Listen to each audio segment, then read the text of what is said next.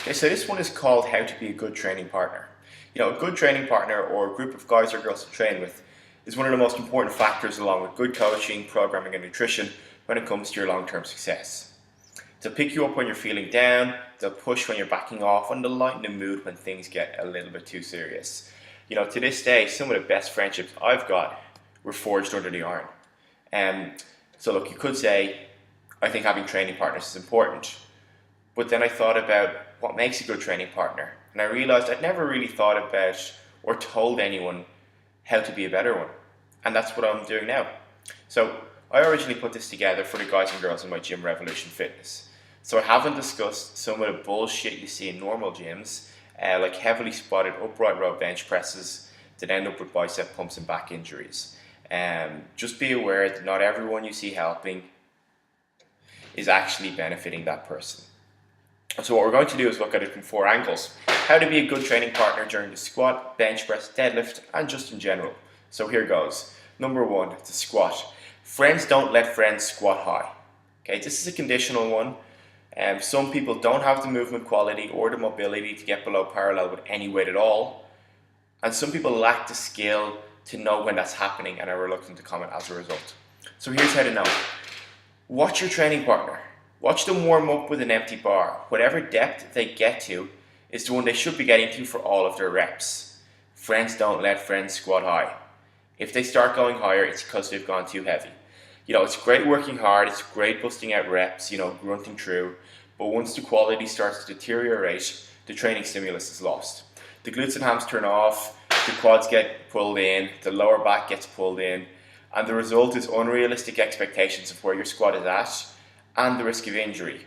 Friends don't let friends squat high, and they do help them change weights during their set. So, bench press.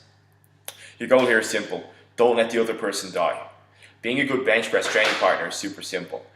If the person gets up off the bench at the end of the set, alive and uninjured, you've probably done an okay job.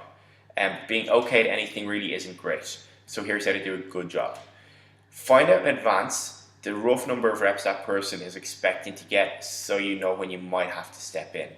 If they ask for it, give them a lift off, help them lift the bar into their start position, but ease it out, don't yank it and wreck their setup. Okay? Spotting a bench can be a bit challenging. At some point you just want to jump in and help. That's usually when the lift starts to look hard, but friends don't steal friends' lifts. What I mean by that is, if the bar is moving, stay the fuck away from it. Okay? Don't touch it. Let the person fight. Let them grind through the rep. Let them test themselves against the metal. Lifting weights is supposed to be hard. What if the bar is stalled? Stay the fuck away from it. If they squeal, if they yelp, if they shit themselves or ask for help, sure, jump in, finish the rep for them. If the bar starts to move back in, or if the bar starts to move down, jump in, finish the rep for them. But if they're fighting for it and if they're not asking for help, you've guessed it, stay the fuck away from the bar. Okay, that's simple.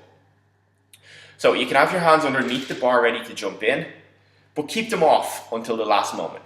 If in doubt, watch how we do it as coaches in the gym and you'll see it pretty quickly. On a final note with this one, if you're the guy on the bench and if somebody's spotting you, and say you fail a rep and they start to help, don't just let go of the bar and expect them to do it all for you. Push with everything you have. Somebody did that to me a couple of weeks ago in the gym and I ended up with a torn wrist flexor. Don't worry, I don't remember who it was, so there'll be no retribution. But don't hurt your friends. Finally then, deadlifting. Your only job is to help them change the plates. Then you need to stay out of the way of firing line for farts and wipe the puke up off the floor. Okay? Yelling slogans can help too. Don't spot a deadlift ever unless you're a freak. Then in general, some of the best training partners I've ever had have been the most quiet. Look, there's no talk just for the sake of it, but then a well-placed word, a little bit of wisdom, a technique cure, some encouragement, and bang, magic things happened. Having the bants and having the lulls is great, but don't feel obligated to talk non-stop during the session like some sort of bobbing motor mouth idiot. Help your partners change their weights. Make sure you don't rip all the plates off the bar on one side and leave the other side fully loaded, because then it tips and they get smashed. Double check their maths, okay? This happens again and again. If you're working off of percentages, double check their calcs on the slide. You want to make sure they're not about to get smashed. And double check both sides of the bar are loaded the same as well. load the bar in the easiest manner possible for everybody involved. You know, for example, if you're benching 50 kilos and your partner's benching 70 kilos, don't let them put 20 kilo plates on, because if they do, all of a sudden you've got to rip those off to get to your weight. So instead of putting a set of 20s on, put a set of 10 and a 5 on, that gives you 50 kilos, and then slide another set of 10 kilo plates on top, and you end up then with 70 for them. Really simple, really quick and easy changes.